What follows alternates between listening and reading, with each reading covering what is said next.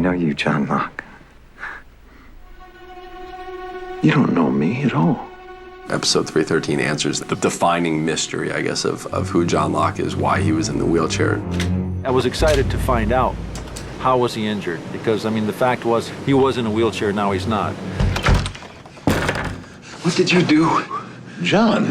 Hopefully nobody would have suspected that his father pushed him out the window of an 8-story building.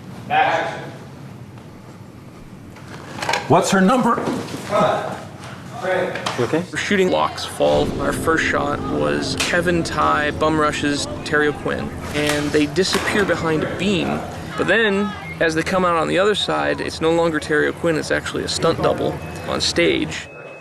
Tom, our stuntman, is going to run backwards towards the window. Just before he hits, Mike Sua is going to blow out the window, and we will do this. Action!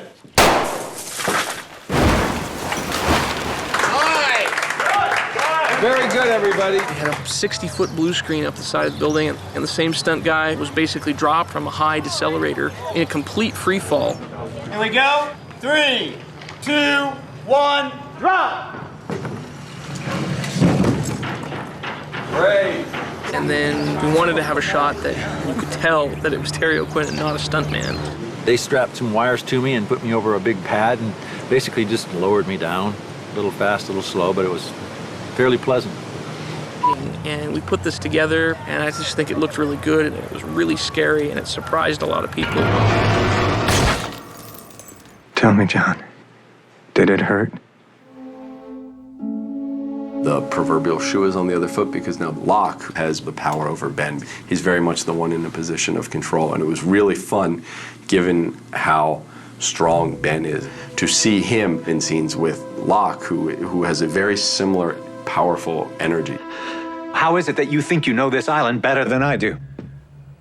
Because you're in the wheelchair, and I'm not. He's being tested because Locke is in some ways competition for him. And that is terrifying to Ben, because he feels, I think, as if the island has betrayed him. As far as Ben's concerned, I don't think Locke's looking at him as a bad guy or a good guy. He's an adversary. Like everything else, I think Locke wants answers. I can tell you where Jack is. I'm looking for the submarine. We finally get to build our sub. Because it's styrofoam, it will float. It's sort of like a giant surfboard. It'll have a steel frame inside, so it'll stay relatively strong. But the styrofoam's pretty tough. A little paint, a little lighting, some atmospheric smoke. I think we should be able to sell it. This is painted and so on to make it look like the top side of a submarine. The actual interior is a different location on a real World War II submarine at Pearl Harbor. Rolling. Apple up. Turn back. Nice to have that hit. Here we go, let's do it. Okay, here we go, guys, right away.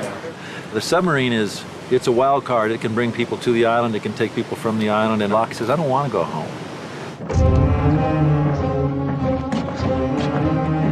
Hey, hold it right there. Come on, down on the ground. I'm sorry, Jack. Sorry for what? 1, 2,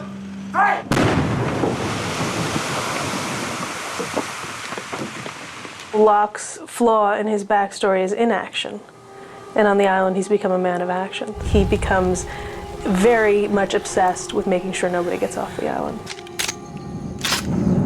There's very little in his past that he wants to return to. You know, almost everything he leaves behind, he wants to leave behind for good.